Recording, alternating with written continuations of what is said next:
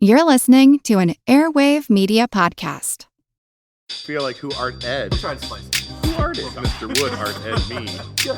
Either way, it's ambiguous. It works on so many levels. I know. That's off to a great start. Welcome to Who Arted, weekly art history for all ages. I'm your host, Kyle Wood, and today I thought it'd be fun to venture out of my comfort zone and delve into the performance art space with Cirque du Soleil. In 1979, Guy Lambert learned to breathe fire. Much like Bill Gates, Mark Zuckerberg, and so many others, he realized college would just slow him down and get in the way of his highly marketable skills. He organized a summer fair with other performers walking on stilts and other circus-style feats. One of them actually walked on stilts from Baie St. Paul to Quebec City in order to ask the government for funding. The 56-mile, or as they would call it, 90-kilometer journey was a publicity stunt, and it worked. Quebec funded the group, and the stilt-walking troupe began touring Quebec in 1980. The performances were well received by both audiences and critics, but financially, it failed. With the positive reception, they knew they were onto something, even if it wasn't yet profitable. So they were determined to keep going, but they set up a non-profit holding company to protect themselves from future losses the following year.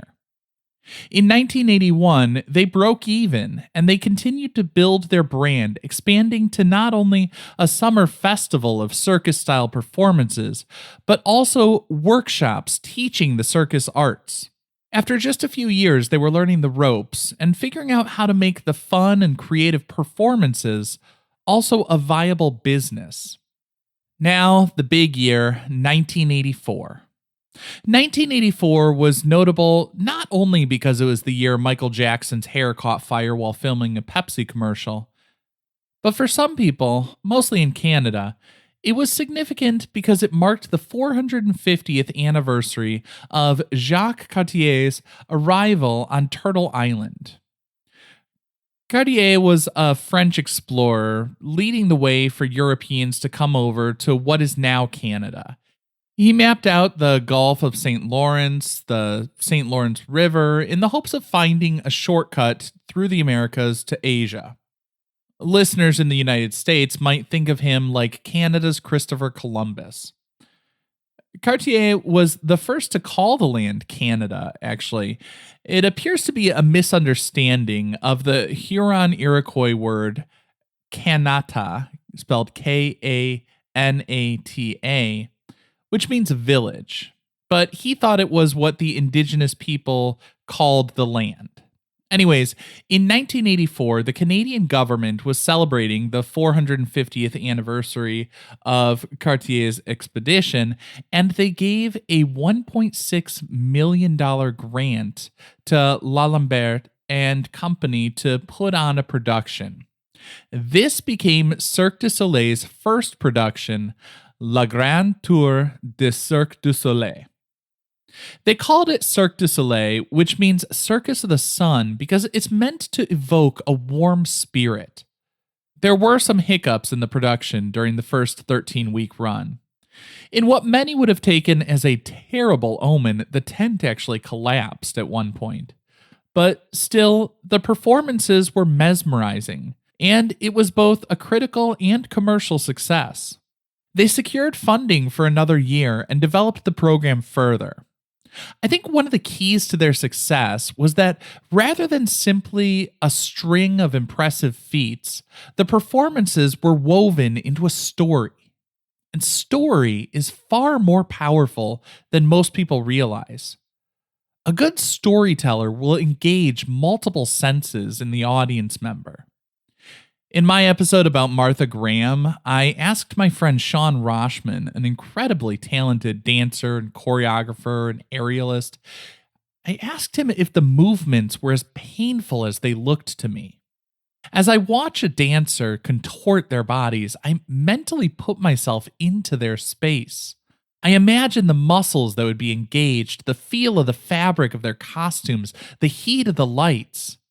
I not only hear the music, but often in a large theater, I can feel sound waves pulsating through the air. In a very real way, stories transport us. The scientists have actually carried out numerous studies on what happens within a person's brain as they get lost in a story. The brain waves of the listener and the storyteller start to synchronize. As we get deeper into a good story, different parts of our brain will activate, most notably, the portions associated with deciphering another person's motives and predicting what will happen next. The amazing thing is that the shift in our thinking can stay even after we come out of the story. Empathy is a powerful force for changing people's minds. And that's why politicians will tell stories of real world impacts of a policy affecting individual people rather than focusing on statistics about the broader implications. The story is what resonates.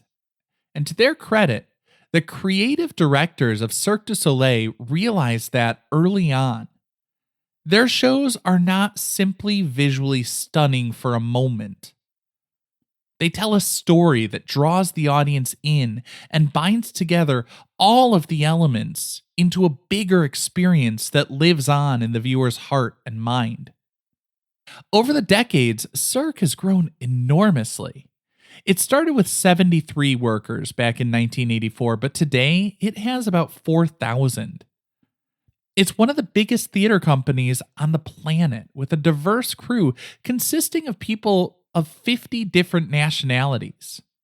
And within that company, actually, so many different languages are spoken, they had to choose an official language to streamline communications. There may be about 25 different languages spoken by various artists, and despite the French name, the official company language is English. I think one of the things I like most about Cirque du Soleil is the grand vision. They engage people with a childlike spirit of wonder and awe. It's also positive and affirming. Cirque du Soleil combines acrobatics, theater, music, and dance to create a magical experience that pushes the boundaries of our imagination and inspires the audience to rethink what is possible. There are no animals or ringmasters in this circus, though, because Cirque du Soleil does not seek to tame nature. They seek to push boundaries and invite viewers to stand in awe. Performers undertake stunts that are dangerous, and as spectators, we experience some vicarious fear for the performer's safety. But then there's this cathartic release and inspiration as they pull it off. Since they began, Cirque du Soleil has amazed about 180 million people. Guy Lambert began as a street performer, struggling and seeking government funding to support his project. But Cirque du Soleil hasn't needed public or private grants for about 30 years. In the beginning, I half-jokingly compared him to tech entrepreneurs. But it really is a big business. A few years ago, Lambert sold most of his stake in the company for $1.6 billion. Now just think about that. When he was about 25 years old, he and his friends began performing in the streets, creating festivals, and probably keeping their parents awake at night with worry. But he and his friends were reimagining both theater and circus, creating essentially a new sort of performance art. And the company continues to bring on new artists, pushing boundaries in a wonderful creative spiral. To create and then share your creation, your art, is a very vulnerable thing. So make sure you're kind and supportive to the creators in your life. Whether that's by leaving a 5-star rating review on your favorite podcast platform, or having a kind word about a friend's painting, drawing, sculpture, performance.